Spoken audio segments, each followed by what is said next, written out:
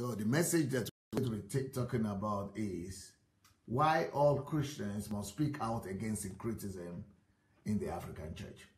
Why all Christians must speak out against syncretism in the African church. Why all of us must begin to wage war against syncretism in the African church. Why all Christians must speak out against syncretism in the African church. And by the time I begin to show this video, you will understand very well why we must act very fast right now. Because this is going to affect almost all of us. It's going, even if you don't have children yet, it's going to affect your children. And even if your children are adults, it's still going to affect your children and grandchildren. Because if we don't speak out, and I know you all know about my plague of silence. You remember the plague of silence? Yes, that lesson of plague of silence is coming through now, especially by the time you see the video I'm going to be showing. Now, can you go to show the video, the title of that video? Let's see what it calls it, if you can show the video. So the video I'm going to be showing is called, can you say it? Can you put your thing there? Yeah. Can you see what is written? This is a young man, a young Nigerian man that did a video, and the video is called Shame on Adeboye. I mean, that is an insult. That is an insult for anybody to say, especially for a 20-something-year-old guy to come on, World Wide Web and be calling out somebody that is regarded as the father of Christianity, father of faith in Nigeria, and be saying shame on somebody that some people would not even dare call Adeboye or would not even dare mention his name. Many people would dare not mention his name, and many people who will mention his name will only say that the Gio or whatever they say, Papa, that is what they call him, that the Gio, Papa Gio, and things like that. That's what they call him because they dare not mention his name. And here comes one young guy that is saying shame on, where is it? Shame on Adeboye. And I want us to really pay attention to this video today. That's why I want you to go and invite all your friends. Go invite all your friends. Go invite your relatives. And go invite the redeemed people that you know. And you will see, I hope that they also will reason with me and reason with me why I've been doing what I've been doing. Now, if we Christians, the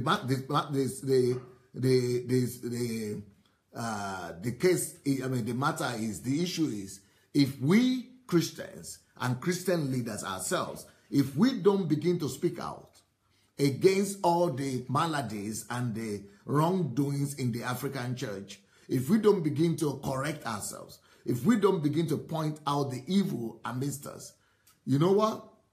The disenfranchised individuals like this guy here, I don't know who he is, but he's called himself an atheist.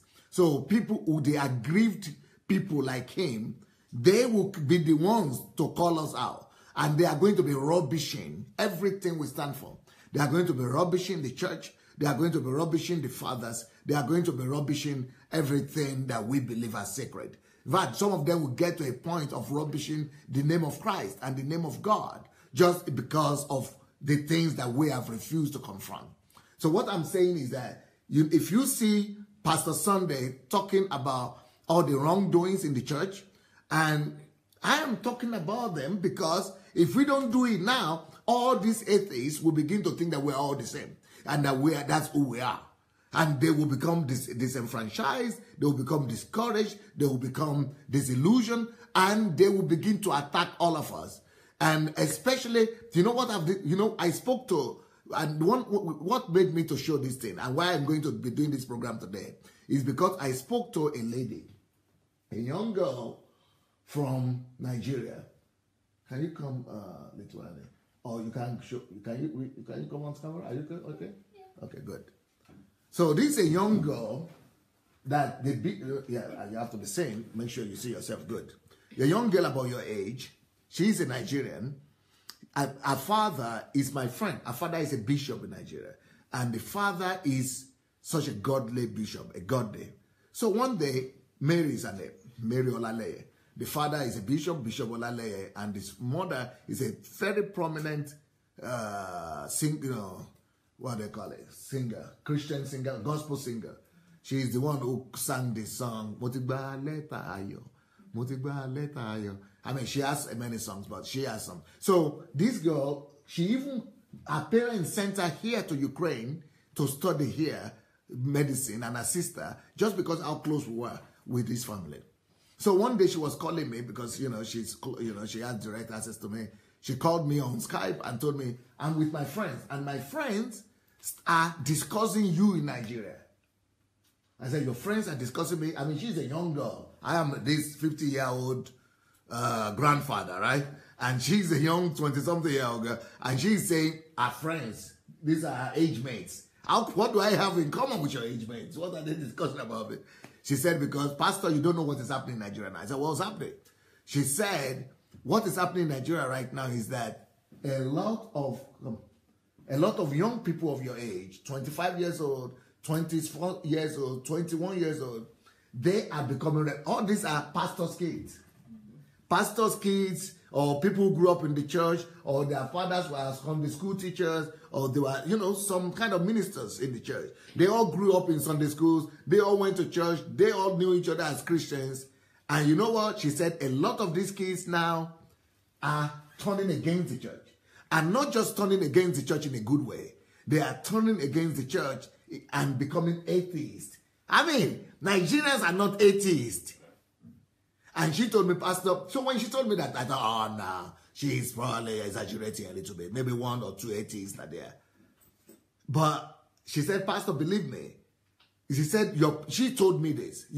So those ones of them who are considering becoming atheists as well, some of them ran into my messages and started saying, oh, if there is a Christianity like what Pastor Sunday is talking about, then why become atheists? So there is still hope in Christianity.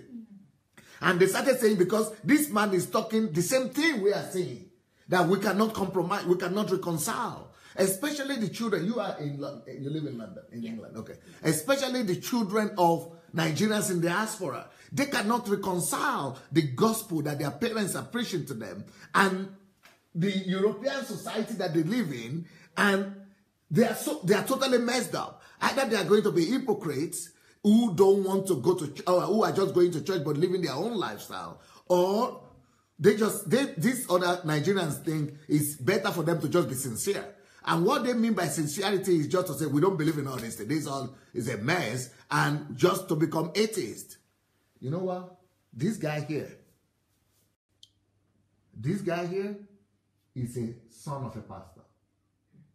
This is the illustration and the proof of what Mary was telling me. This is one of them.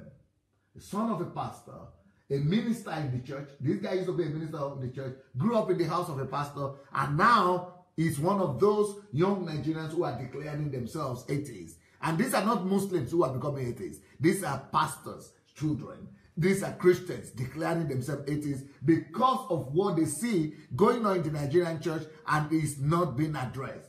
So these things that are not being addressed in Nigerian churches by the elders, they are waiting for the fathers, for the pastors, for the elders to address these issues. When they are not being addressed, they go to the internet, they go on the internet and begin to declare a war. So this guy, let's see the title. He did a video that is called Shame on, where is it now?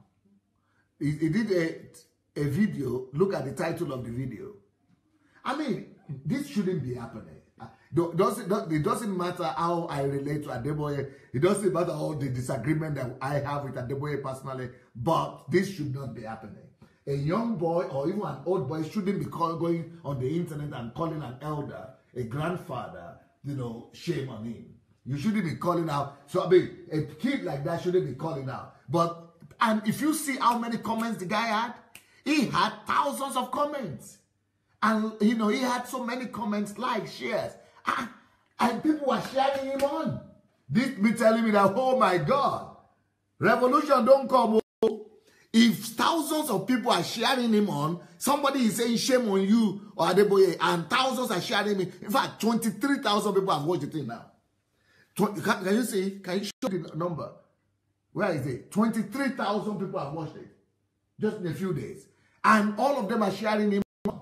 And I'm saying, my God, if thousands are sharing more, there is a revolution brewing. There is a revolution brewing, and if we don't do something about it, these people are going to not just call us out on TV. They are not just going to, they are going to take on, on something, on some knives and cutlass and some weapons, and they are going to come after these people because there is an anger that is brewing. And that's why I want to show this program today, and I call it why all Christians must speak out against syncretism in the African church. All of us must begin to speak out. So right now, instead of blaming me and saying I'm Antichrist for speaking, because when we speak, now they are taking my side. They are saying, instead of choosing atheism, let's listen to Pastor Sunday. Let's give Pastor Sunday a chance because he is at least sincere. He is talking about these things. So it's not all bad. All those ones, and this guy, I bet you, I'm going to meet with him one day, and he's going to be converted back to Christianity because he just needs to know that there are genuine Christians. And instead of us being silent, the plague of silence will kill the church. If we don't want the plague of silence to kill the church, we have to begin to, admit our fault and begin to talk about these issues. So let's go ahead and see what this guy is talking about. Please, thank you. Put it on, please. Use the fear factor. Go back a little. The fear intimidation to condemn tithe. And all the so-called that the GO could do was to use the fear factor, the fear intimidation, the brainwashing, to give a response, which I think is very, very, very stupid. Well, you don't actually like my utterances because I don't know how to cherry pick. I don't know how to sugarcoat. I don't know how to twist. I deliver it straight from my heart, straight from my mind, the way I see it. Daddy Adeboye, you were silent when an evangelist, a pastor in your own church in Kubwa, Abuja, Pastor Eunice, was massacred. Now, this guy, I don't know where he was. I think he was actually a member of Redeemed himself. And I don't know. I'm not sure. I'm not sure if his father has his own church or it was his pastor. His father also was a member of Redeemed or he's still a member of Redeemed. But this guy, see the way he's talking to these people. I mean, it's painful. Go ahead. Was brutalized and her head severed from her body. What was her offense? She preached the gospel on the street where there is a mosque. Daddy Adeboye, I want to remind you that you were silent then. You never said anything. Till this very moment I am doing this live video, you never said anything against the killing of a pastor in your church. She was beheaded and you were silent about it. You never reacted. Not even a statement from you, from your office. You kept quiet while this woman was being, massacred. Then again, in South Kaduna, I personally don't believe that Pastor Adeboye or Redeem was silent when that woman was killed. I know that Pastor Adeboye or Redeem leaders went there to see the family. But you see, this is just a result of anger and disillusionment. So these people are so angry and disillusioned that they will use anything now to castigate the man. And the reason why this guy has come out against Adeboye and is saying shame on Adeboye is because of the answer, the response, and that's what the point is trying to make. That Pastor Adeboye never gave a response to when these things happen, but when it comes to money. So he's trying to make a point that the church in Nigeria is worshiping money. And that shame on you, you are silent when people are being killed, but when it comes to money, you are now talking. So that's the point he's trying to make. Okay, let's go.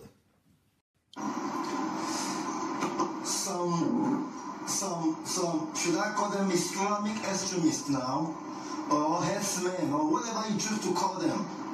But all I know that they are the Allahu Akbar set of people. They took on an area, a neighborhood, or a community, or a group of communities, and villages that are predominantly Christians. At least we have 95% of the people in those villages as Christians. What did you do when? Yes, network is back on. I'm asking that the Adeboye, when Christians in Southern Kaduna were being massacred, when they were beheaded, they were maimed, decapitated, brutalized, killed, their children ripped from them, their houses burnt to the ground. What did you do? And you are one of the most popular figures in the Christendom in Nigeria. What did you say? How did you respond to that attack, to that massacre on Christians? You kept quiet. You never said anything. Now, there are so many pogroms, there are so many brutalities, there are so many massacres being meted on Christians of their own faith. I am not a Christian, I am an atheist. I know. But what I'm saying is, what was your response? What did you do when Christians were being massacred in Southern Kaduna? You said nothing. You kept mute. You kept quiet. But now,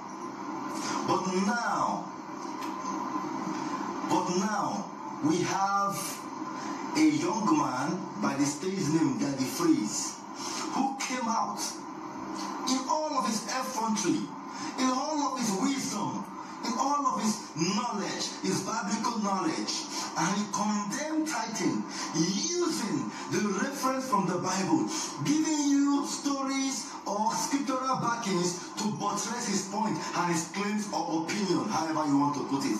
But instead of you are a mathematics professor, if I'm not mistaken, yes? Professor of mathematics. I want to believe that the GO Adeboye is very learned, very schooled, very vast and broad, intellectually, academically, even politically. Yes, we know that, politically. How did you counter him? How did you respond to Daddy Freeze claim that tithing is fraud, being perpetuated, being committed, being aligned, being adjusted, being rearranged, being readdressed, and being used as a siphoning weapon, as a to liquidate their members' finance. All you could do, that the Adeboye, was to threaten your members with fear. There is no such thing as divine cause. Stop threatening your members with divine cause. There is nothing like divine cause. I expected you to respond using the same scriptural backings. All you could mention was Malachi chapter 3, reading from verse 8 to 11. Is that all you got to tell your members?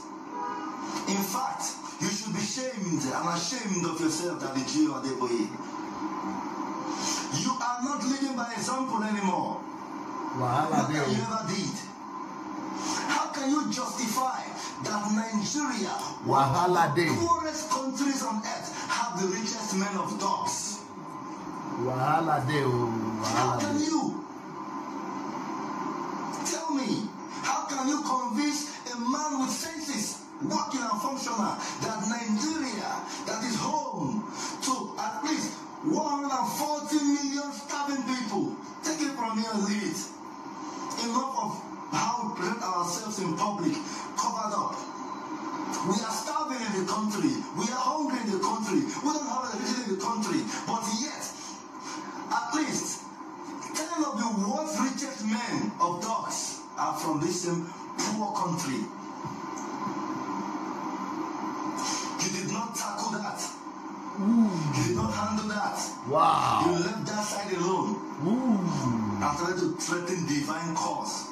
Sometimes I just blame these cowards, these morons, who don't just want to think with their heads. That if you don't pay your tithe, that there's going to be a divine curse. That if your heavenly father curses you, you run to your pastor. If your pastor, the parish pastor curses you, you run to the general overseer. The general overseer curses you, you run to God. And if God curses you, who do you run to? That the Adeboye. That is very shameful of you. It's very shameful of you. Is that all you got to do? Is that all you could say? Is that all the response you could muster? You could force out of your mouth? Why threaten people with divine cause? There is nothing like divine cause. Don't you are threatened with divine cause. Now, you know what this guy is saying, as much as they are the same thing I've been saying, and they are the thing, and I think if not 50% of Nigerians, at least 20%, maybe 30, maybe 50 even, of Nigerians will agree with what this guy is saying. So, and the reason why he has the audacity to come out like this is that this is a new time. Oh, revolution is brewing. Oh, people are waiting for revival. Hey, I beg, instead of revival to come, it might be revolution that will come. Oh, the way things are going in this country now, we might not be seeing revival. That's what I'm saying. Because we might end up reaping revolution. Oh.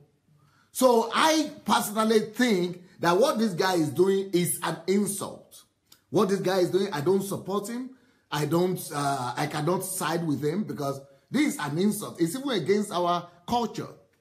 But if we Christians, and what I'm trying to say is that we give him the permission, we empower him, we Christian leaders, the Christians that are refusing to challenge ourselves, to challenge the evil practices among us, we that are keeping quiet, we that are practicing, because evil only prospers when the right people, when the people of God, the righteous, keep quiet. We are the ones that are making all these things. So, you see what he's saying? He's making legitimate points. And the legitimate point he's making is that why are we, and he's using Pastor Adeboye as is, the person is, throwing his anger at, that why is it that Christians are not talking about issues that matter to ordinary people, issues that even matter to God, issues of justice, issues of righteousness, issues of truth, issues of equity. We are not addressing them. And because we are not addressing these issues, so people like this who used to be members of our churches, people like this who used to serve in our churches, people like this who are pastors' sons, by the time we discover it, even people who are sons of children who are having their houses and their homes in the redeemed camp, their children in that same redeemed camp will be plotting our execution. That is how, revolution happened in Russia. Because, the revolution that happened in Russia was done and conducted by the children of Russian priests, Russian believers. So if we are not careful, if we don't begin to address the things that matter, if we don't begin to speak out and say, no, these things are wrong, if we don't begin to condemn these things now, you know what will happen? What will happen is that these children, our own children, will carry cane and gun and, weapons and come after us. They will, all those churches we are building, they will ransack them. They will tear them down. They are going to shame us. One day your child might come home and listen to this kind of guy and say that I don't even believe anymore, because they have their own controversies. And what we are telling our children is, oh, keep quiet. God knows. Oh, keep quiet. That will not satisfy people of this generation again. Oh. We are living in an enlightened generation. It is in those days when there was no internet, nothing, people are not exposed. People are just living in silence. Anything you tell them, they cannot query you. But now, they are just one Google away. They are just one YouTube away from knowing the truth. Oh. So if we don't begin to talk right now, we are going to be brewing all these atheists that are going to cause us hell. They are going to cause everyone hell if we don't begin to talk out and purge ourselves and purge the church of the bad eggs. Let's keep on hearing this guy. Chiefs, the people you know that you've locked them here, they go nowhere. Their brains have become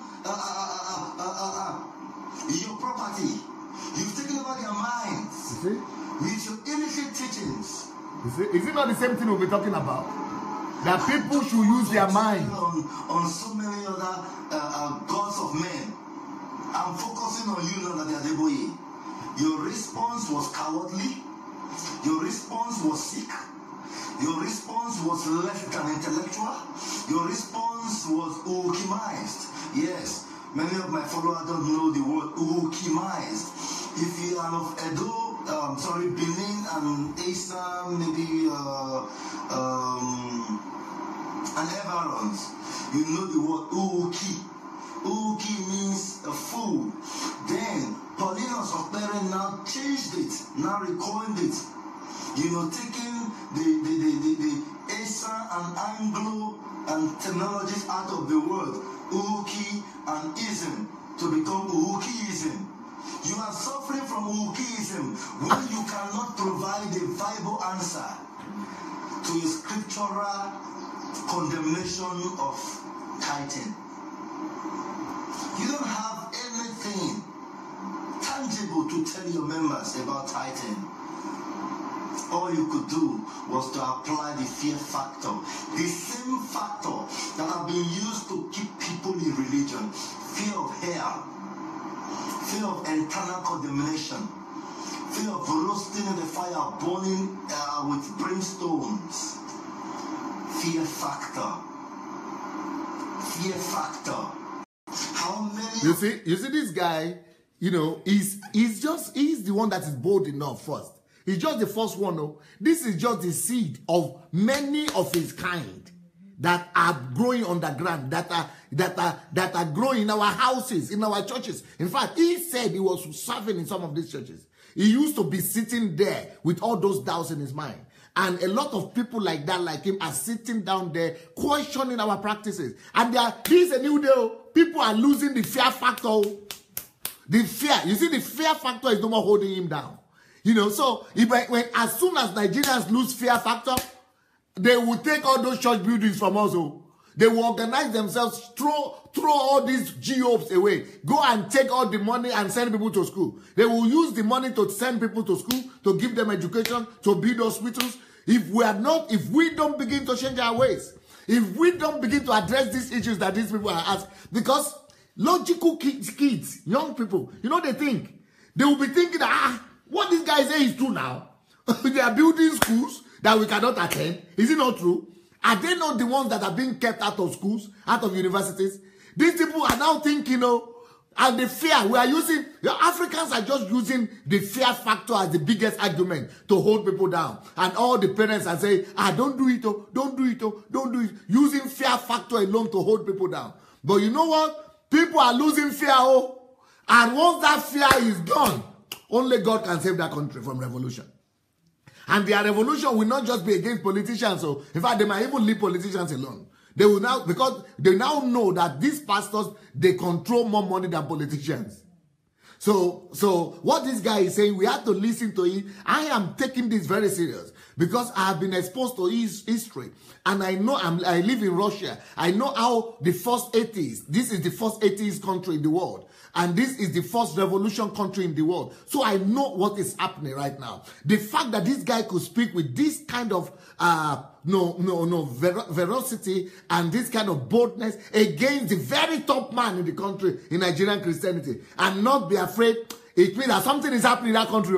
It means that people are getting liberated.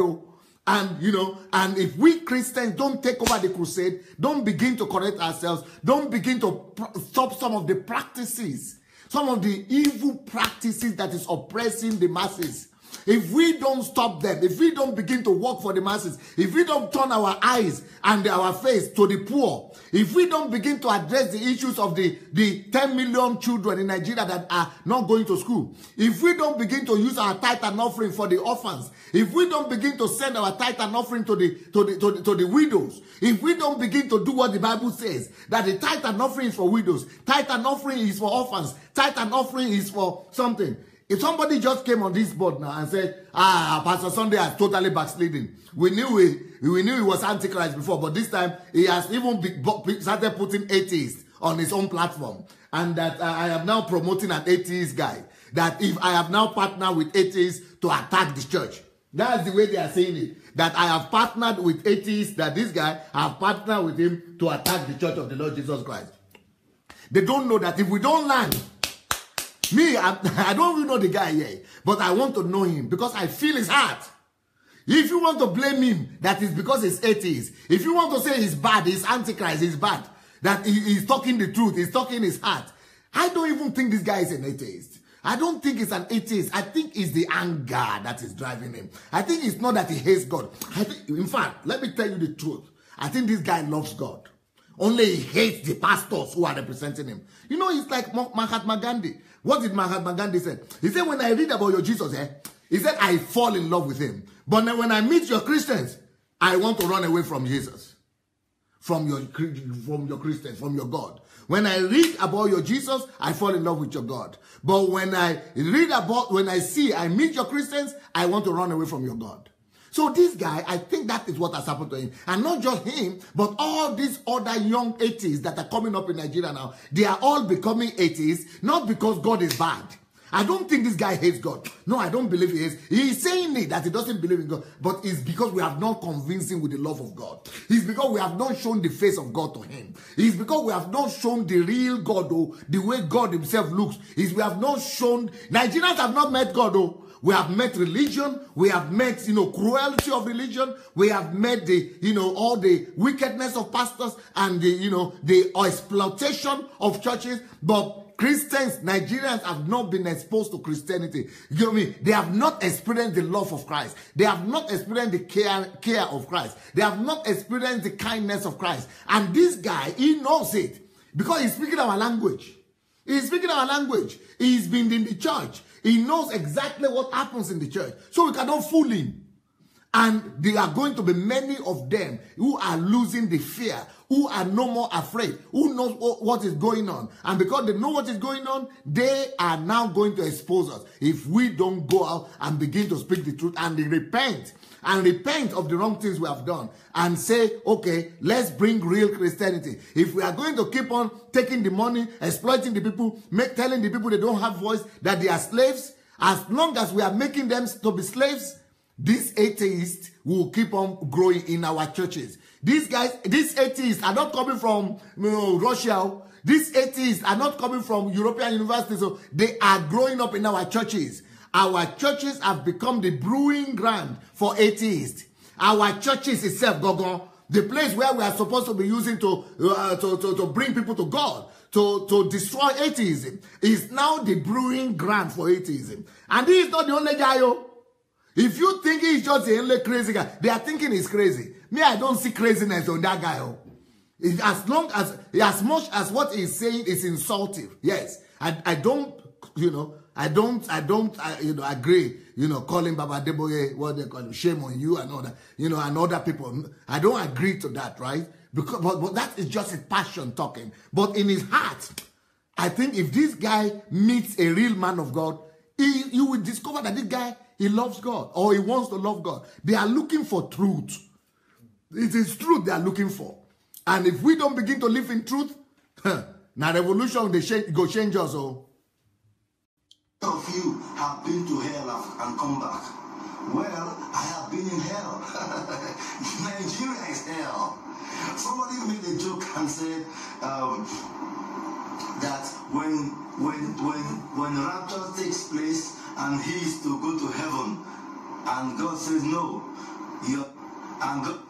and God said no, you are going to hell. The person said all he has to do is to wave the Nigerian flag. I said, dear God, I've been here already, which is true. How many of your members can afford to pay the tuition fees of the schools that they carry their parts on their heads for? Or the hospitals that they lifted sand, cement for? That they gave their hard-earned money for? How many of your members can afford the school fees? How many of them? How many of them walk from distances of 10-15 kilometers to come to church every day without food in their stomach? And all you really do is to get money and put yourself in your private jet. Criminals. Nigeria is undergoing an intellectual revolution. Sadly, one of our brethren, Nnamdi Kanu, was doing the political side of it. And I and so many others out there, kudos to you all who are beginning to speak out, who have you have laid down your fear. You have conquered this fear factor they use on you. You see? I told you. Some of my friends commenting here will tell you, I was a Christian. You see? I wasn't born an atheist. I was a Christian, just as many of you are right now. You see? You see? I served in church, You in see? the drama department, in the youth protocol department. You see? I served in church. We know the gimmicks, the tricks in there.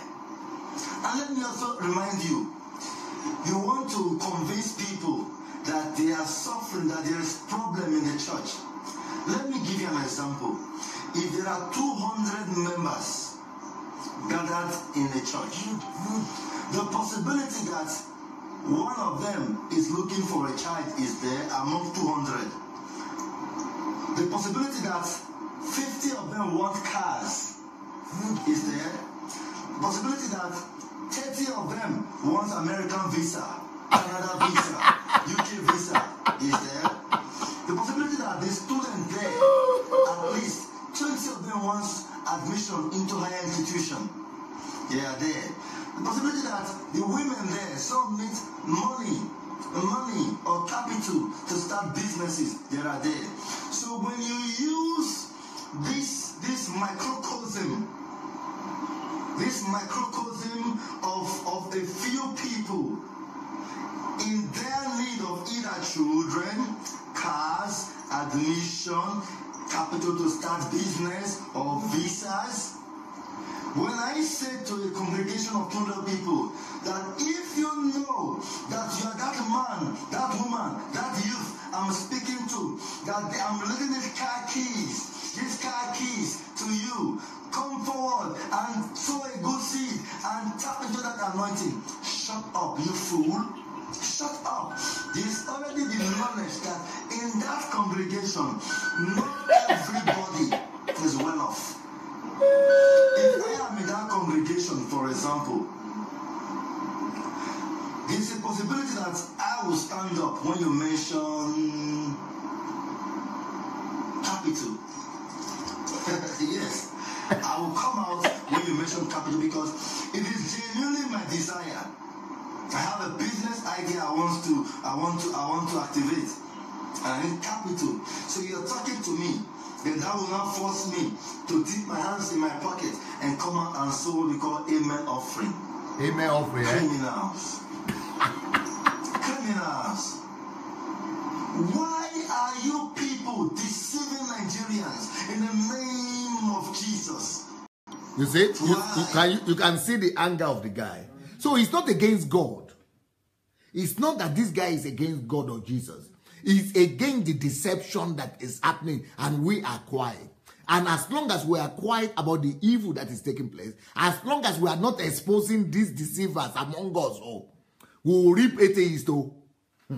That's why I tell you, we are going to reap atheists. I think it was last week, one day, that I was preaching here, and I heard it clearly that if people don't receive this my message, that the next thing that will come up is that members of churches are going to be arising to chase up their people from the church. I think I said it, it should be recorded. It was one of these something I did. You know, I got it in the spirit clearly that if this syncretism word and this paganism word, this warning that is still coming from me now, they think I'm harsh.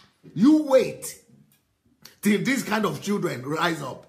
And God forbid, if we don't meet these people's demands now, if we don't go and talk to them and show them real Christianity, if we don't change our ways and our acts, if we are going to keep on killing and persecuting people like that, DeFreeze, if we are going to keep on attacking people like that, DeFreeze, and saying he's demon possessed, he's demonic, hey, we will get worse than that DeFreeze. Oh, we will discover that the free self is good. We will, we will discover that the free self is a Father Christmas. Because these ones that are coming now after that DeFreeze, you see, they are now our children saying and declaring to us in our face that we are evil and that they are atheists and that atheism is better than Christianity. If we don't begin to speak out, and not just pastors should be speaking out. I think all of us on this platform, I think God is calling all of us and challenging us to lose our fear. I think God is calling all of you to lose that fear that's gripping you. If a 20-year-old or 30-year-old young man will become forth like this and call everybody by name and just speak out his mind and no fear at all, and you know, they said, don't touch me, not my anointing. Nothing is happening to him. And because it is the evil that has, or if we don't talk, if we don't begin to talk, we are going to keep on losing the children and we are going to reap thousands more of these atheists. I mean, somebody say he's just the crazy one. He's not crazy. I mean, maybe you say he's crazy, but you go and look at the comments. I look through the comments under this video. Maybe 90% of them are positive. 90% of the comments they are supporting him. So it means the country is tired though. And those people, soon they will not just be writing comments because they are not afraid of putting their names there in the comment. They are not afraid though. And when they are putting the names like that and the comments, soon they will come out with the weapons and chase everybody away from the pulpit who is collecting tithe and misusing them, or building schools and not allowing children to go inside. So I think it's time for all of us to begin to talk. Why? How many of your brainwashed members can afford the school fees of the same university they've been paying their tithe and offerings to build? How many of your members can afford 3 square meals a day? But these are the people that you collectively take tithes and offerings from. Back to the reason I'm attacking you now, that the Adeboye, you did not have a viable response to give to counter that DeFreeze, who gave the whole world a reason to look into Nigeria's pastoral ministry. You criminals that have taken religion out of context. I ask you again, who and whom can claim in your Bible that paid tithe to Jesus Christ? Was he not a preacher like you? Was he not a miracle performer like you? How many of you can lay claims to any part of the Bible where Jesus took tithes and received tithes? You are threatened because you know that when the awareness begins to grow, when the awareness begins to circulate, when the awareness begins to materialize, that the ministries are beginning to suffer funding, and there will be no more money to fund your private jets, to service them, to maintain them. The other one in Port Harcourt said that he deserves a private jet for ministry. I'm asking you, where did Jesus Christ have to fly horses in the name of ministry? There was this fool that was saying that in America, that Creflo Dollar have private jet, Kenneth Copeland have private jet. What is the other one's name that mentored in the house?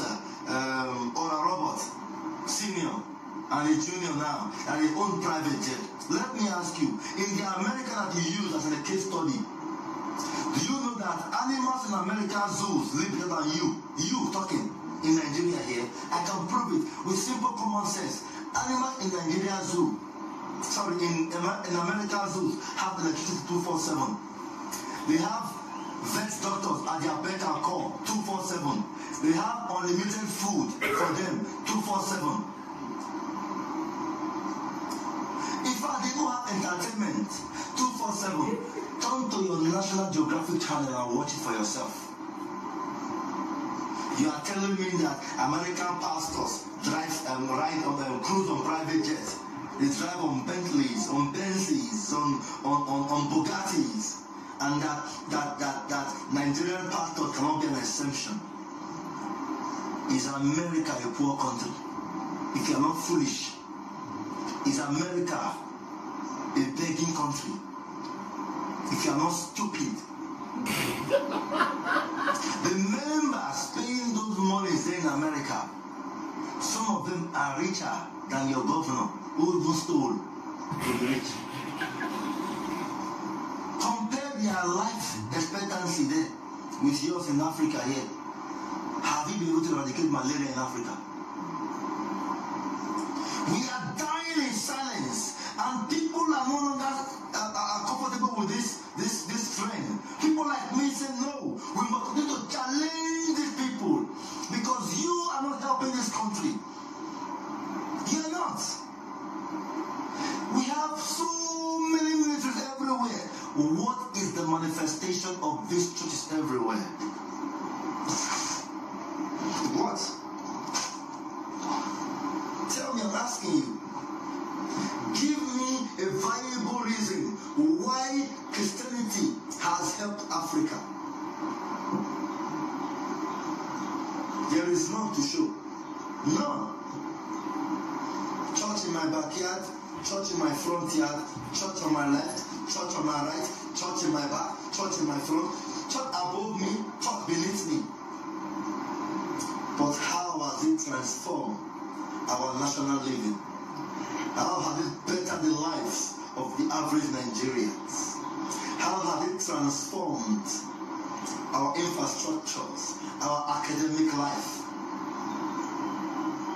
We are dying, and these gods of men. You see, this is the cry of every Nigerian. And if we don't listen now that this thing is brewing, if we don't begin to correct ourselves.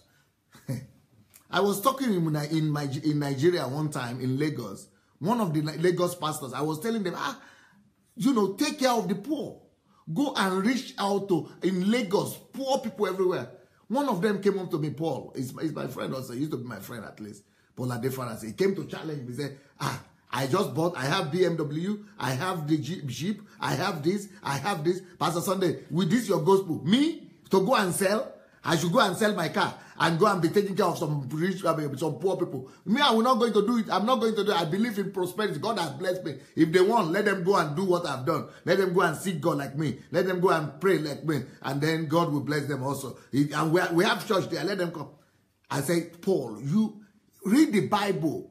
Jesus himself, God himself said, take care of the poor. And he said, Pastor Sunday, did your gospel will not sell here? That, okay, let them not receive from me. But with this kind of guys rising up, hey, it might get bloody. That's why I think that the churches should begin to listen. The ones who are saying, I am doing something poor, I am doing something bad, I am antichrist, they will now know that my own is easy. My own is even kind. It is kindness. It is love that is making me. It is the love of God, love of the church, love of the pastors, love of the church, of the brethren, that is making me to tell us what we must change now before it's too late. Because all those churches that even Paul himself is bragging that he has built the largest or the most sophisticated building. If he's not careful, that building is going to be turned to university or to school. And all the 4 by 4 square kilometer we are building. If we are not careful, it's going to be turned to warehouse. Because the way things are going, people are going to depart those churches and they are going to be using them for people. Because people are not going to be gullible forever and people are not going to be living in fear forever. And this thing we are seeing right now is an example of it. This guy, why is it that God is not killing him? God is not going to kill the guy. God is not going to stop him because he has truth on his side. A lot of the things that the guy is saying are true if you want to talk the truth. As a lot of the things this guy is talking about are the things that I am talking about myself. And we must all, Christians, if we like the reputation of the, if we like the reputation of God, if we want to defend God's reputation, if we want to stand for the truth, let us all begin to speak the truth. Let us all begin to speak the truth. Let us all Christians bring real Christianity back. Let us all begin to speak the truth. Don't let us live in fear of men. The fear of men puts you in captivity, but the fear of God gives you freedom. If a small boy like this will be bold enough to break that bondage of fear, who are you not to break that bondage if you are a Christian? If you are Christians, let us break the bondage together. Let us begin to tell the truth. And when people like him see that we are on the side of truth, that we are using the gospel, we are like Jesus. Why did Jesus feed the poor? Jesus fed the poor because of compassion. Why did Jesus do all the miracles he did? Because he had compassion for people. But when we just are greedy, we just want to build our own empire, of course, if maybe God himself will inspire people like this to come out, because sometimes if we don't hear, through the message of love and through good example, God will allow wickedness. It's just like it happened with Israel. Whenever God was trying to teach Israel and Israel was not listening, he will allow the enemies, he will allow people to come and butcher them. And only after pain, he will allow them to go into bondage. He will allow them to go into slavery. The reason why they went to the slavery of Babylon, for example, is because of the disobedience. They were not listening to God when it is okay. I mean, when he was talking, when God was trying to talk to them, reason with them. If we don't reason with God right now, we might lose our country. We will lose our churches and we might lose our faith and lose our children and lose our grandchildren. Are smiling to the banks. Do you know that they have not ready to build microfinance banks? Stop. You know why? I saw a comment. It's like I saw a comment now. Where is the comment? It's like I saw. Where is it? Can I find that? There is a comment. I didn't read it, but I saw. It's like somebody was saying, "I am the guy." Yes. Is there a comment? I don't think it. Can you pin it again? Let me see it. It's like there is a comment there that the guy was saying. It's like he was saying, can you find the comment? And I want to see the comment. It's like the guy himself is here. Yeah. What's his name? Is his name Paulos or what? Paulinus. You know what I'm going to do, Paulinus? If you are here, I don't know if he's still here. If he's still here, I want you to wait to the end. Because by the time I finish this thing, what I'm going to do is that I'm going to open the telephone line, for everybody that is watching right now to begin to call in. So if Pauline is here, I want him to open I want him to stay to the end, so that when you stay to the end, you can't see the comment. Okay, but I think other people are saying he might be here also. He might. So if he's here, I want him to hear me now and stay to the end, and all of you who are watching too to stay to the end, because when you stay to the end, I will open the line, the telephone line, and I want everybody that want to call in. Okay, and the way to call in is this. You just need to go to Facebook Messenger, not Facebook, but Facebook Messenger. The Messenger place. You go there and look for the word Move Agents. Move Agents. The Move Agents Matic, but Move Agents. If you just have Move Agent, you see Move Agent Matic. You will see it there. Go and write there that I want to call. Once you write that you want to call, don't call immediately. Just write that you want to call. Once you write like that, we'll call you back. So even that guy that did this video, I want to listen to him. I think we should give him right to talk. People like this, we must give them right to talk. And we must hear their burden. We must hear their grief. That's why, I didn't know him. That's why I'm thinking that if he's still here now, he will tell you himself. I don't think the guy is as evil as people are trying to make him to be. I think the guy, just has his own pain and grievances. And as far as I'm concerned, oh, I think that guy, that he's not the only one like this. I think he's standing for a generation of aggrieved Nigerians, of our children and grandchildren, we pastors. And, you know, I think he's here. Yeah, I think he's here. You see? He said, I am here live and direct. Good. We must kill the fear factor. There is no cause on tithe defrauders. Fear thee not. Beautiful. That is the guy himself. I want you to wait to the end, though, so that because I'm going to open the line, the telephone line, and we are all going to be calling in today. Okay, please continue with this message. They are beginning to see that the billions they are amassing in our commercial banks will soon begin to make people get mad and lay out bust. The government of the world, you are foolish for not taxing these ministries, these multi-billion-dollar empires. You are foolish, but you can ask me and my poor family members to pay taxes. You can ask us to give value-added taxes. When I buy fuel in my car, you take VAT. When I buy a bottle of Heineken, you take VAT. When I buy batteries for my remote controls, you take VAT. When I recharge my phones, you take VAT. But you don't tax these ministries. You don't tax these ministries. These ministries that are worth billions of dollars, billions of nairas. You know, there was a time last year, that maybe it was even this year, that somebody came up with a law, a government official, that, you know, the GOs that are over 70 should retire, and that the churches must not be passed over from father to son and family as a family business, because all the offering that they used to build the ministry is coming from the public. It's coming from all the people. I mean, everybody, like Oyedepo, even Adeboye, all of them testify. When they started, they were all poor. But because people are coming, it's the public that gather the money. It is the public that build the churches.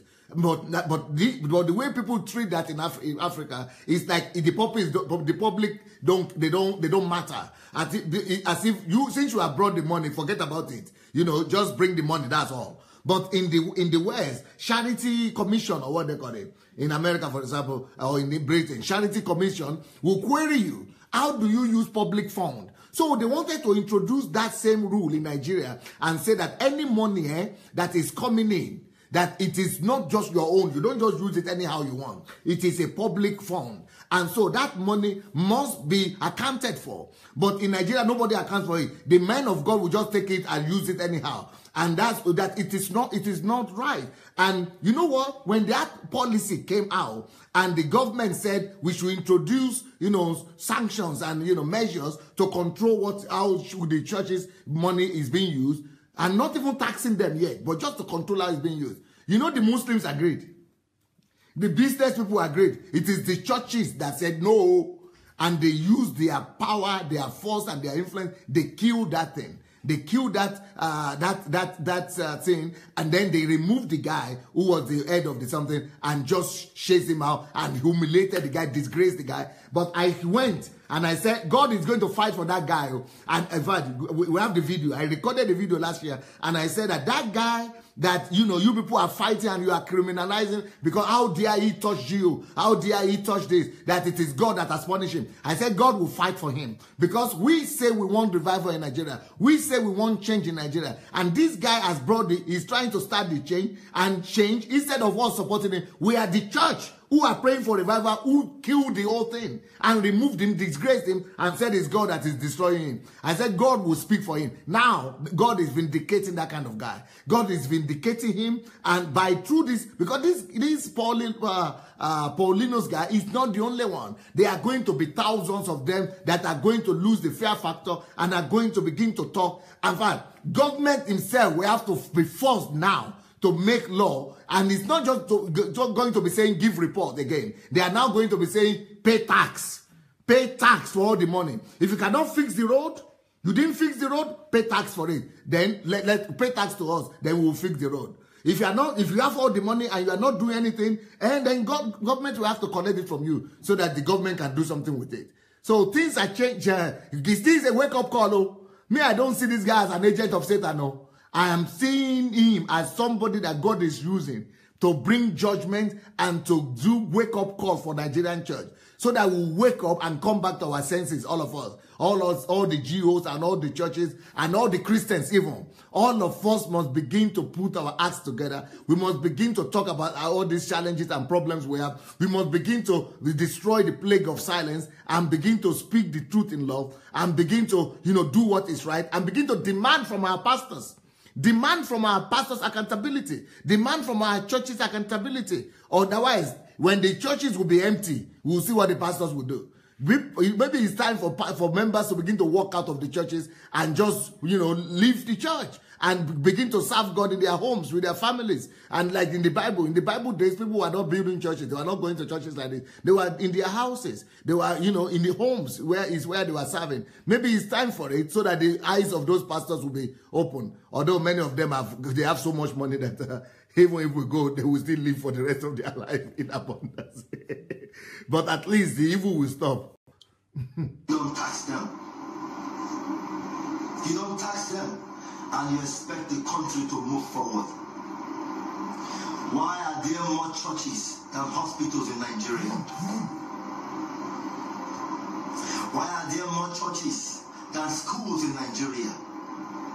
Why are there more churches than science institutes, than libraries, than small macro healthcare centers? Why? Because the church is not being taxed. That is what gives people like Adeboye to come on air and threaten the members with divine cause. May that same cause be upon you for not being able to tell yourself the truth, Adeboye. Threatening members with causes. What kind of nonsense is that? Is that a scriptural way to defend yourself? Is that all you could come up with to defend your scam? Sometimes I just blame our religious people. You won't just understand for once. You won't just pick up common sense and apply it. Can you imagine?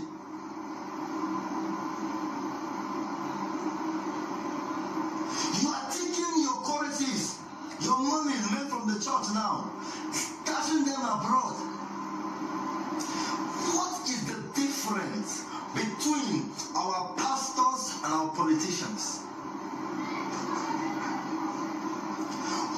What is the difference? Can anybody tell me?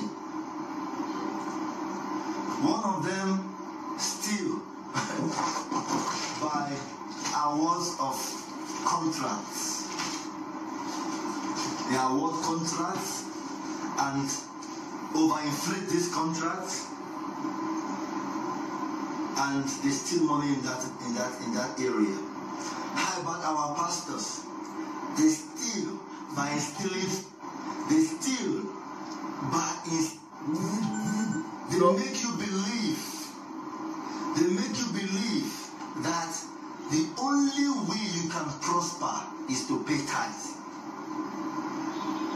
And excuse me. You know what? Let me get back. So you see what the guy is saying. The grievances of the guy is difficult to fault it. It's difficult to fault a lot of what this guy is talking about. A lot of what this guy is talking about are things that are out there for everybody to see. I mean, of course, I will not support the fact that he's calling out Papa Adeboye and, saying shame on you and all these pastors. But we have gotten to that place. We have gotten to that place that these people, the whole country is angry. And these young people are angry. They are angry. But, we just have to love them. I don't think that we should go and be hating them, attacking them. We should just love them and show them understanding in their grievances. And let them know that, no, we are ready to tackle the ills of the church. That we are ready to tackle all the grievances that these people are complaining about. Divine cause. Please, Adeboye, I'm challenging you now. You, place a divine cause on me.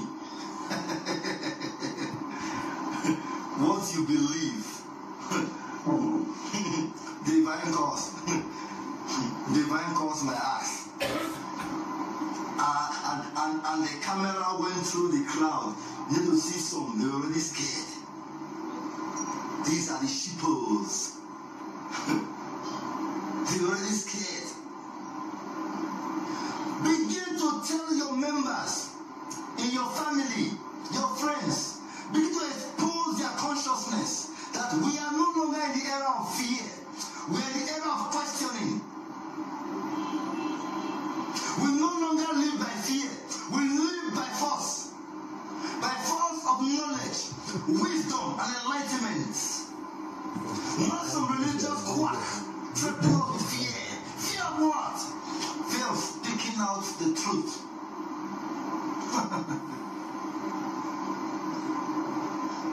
We will not keep quiet anymore. We must bring down the forces that have held this country hostage. And I'm sorry to tell you, it is not only our leaders in the politics or politicians. The pastors have played a major role. In fact, they have aided and abetted these con men called men of dogs. I have them in my families too.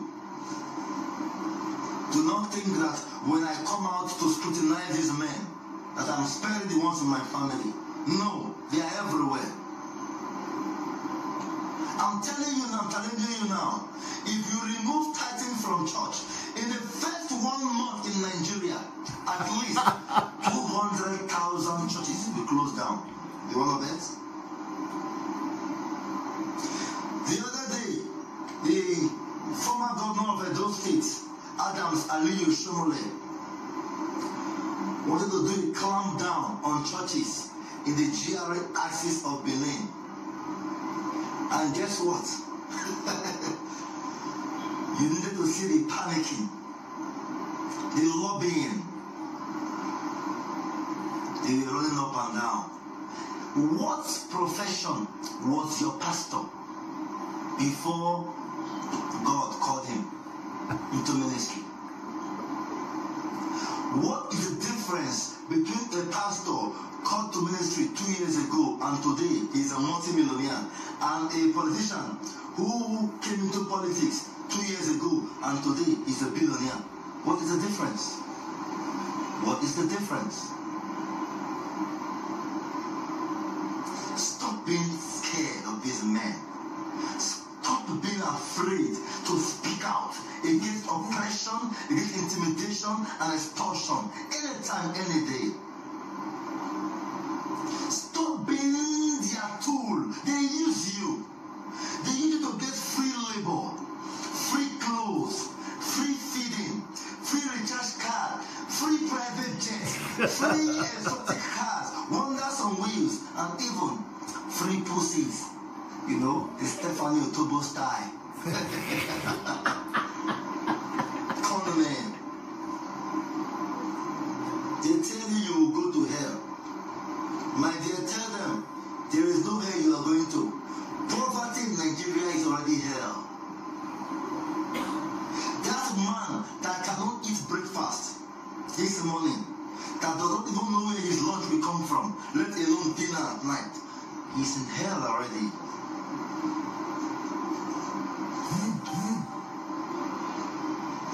When you make ₦1,000,000 a month, your tithe is supposed to be 100,000 naira a month. Now, let's assume that you are stupidly faithful and that you pay that 100,000 naira tithe from your 1,000,000 naira income every month. In a year, you've given as tithe 1.2 million naira. But the last time I saw your father, he's not even riding an Okada, let alone a keke and pep. The last time I saw your mother, her wrapper has different countries map all over it with thread. church these days as a social gathering. Show it, Owambe, to go and show your new headgear, your new makeup. You know what? Now I understand why Nigerians are saying what they say. You will die. You will die if you speak the, you speak the truth, you will die. You don't speak the truth, you will die. So you might as well speak the truth and cuckoo die. That is what Nigerians are now saying. I think if that slogan takes over the country, then revolution is coming. Revolution is coming. Because a lot of the things this guy is saying, in fact, I have an impression that this guy must have been watching me. Disciple. But how should he be an atheist if he's a disciple? Because a lot of the things he's talking about, they are the things I've been talking about. And that's why we must have a lot of Christians raising up the same topics and talk. When we expose them, there will be no place to hide. The only thing is that when everybody begin to talk about these things, people who are now doing them will be ashamed. You see, all the pastors are now coming out and they are saying, all the pastors are coming out and saying, what are they saying? They are saying they are in defense of tithe and offering. You know the reason why they are coming out in defense of tithe and offering? In fact, they are telling their members to go and do plate numbers, I tithe. And to make their stars members to say, I pay tithe, I pay tithe. The reason why they are still proud of saying that I collect tithe, I do this, is that enough voices have not arisen yet. It's because enough people, enough crowd have not started talking about. By the time so many people begin to talk about against it, you know what will happen? If you will be ashamed, people who are now stealing people's money or collecting people's money, they will now be ashamed of misuse. They will, in fact, people who have universities will be ashamed of demanding money for it. They will be ashamed, because they know that if they do it now, crowd will come and beat them down.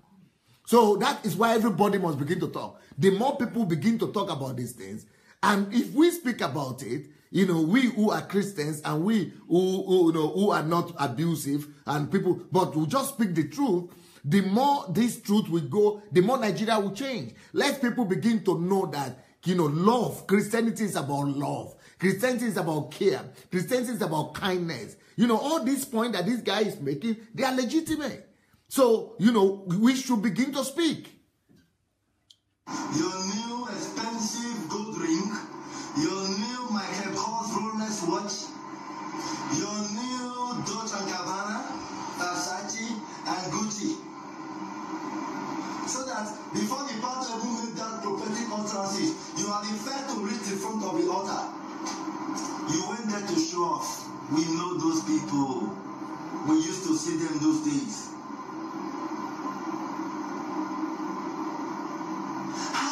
You tell me categorically that you will spend your money on your GO or your pastor, your bishop, whereas your parents in the village have been labeled as those responsible for your downfall, and you ignore them.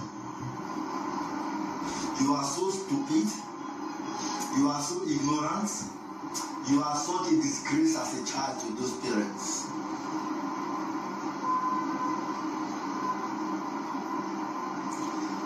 Nigeria needs a thorough, violent, and aggressive attack on the institutions that have held us captive, and namely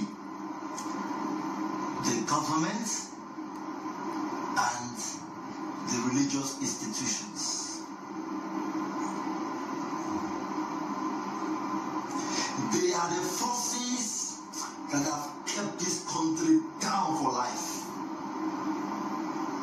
We go nowhere with this kind of mentality. Threatening you with divine cause for not paying tithe. Is that not laughable? Is that not stupid? Is that all he could say?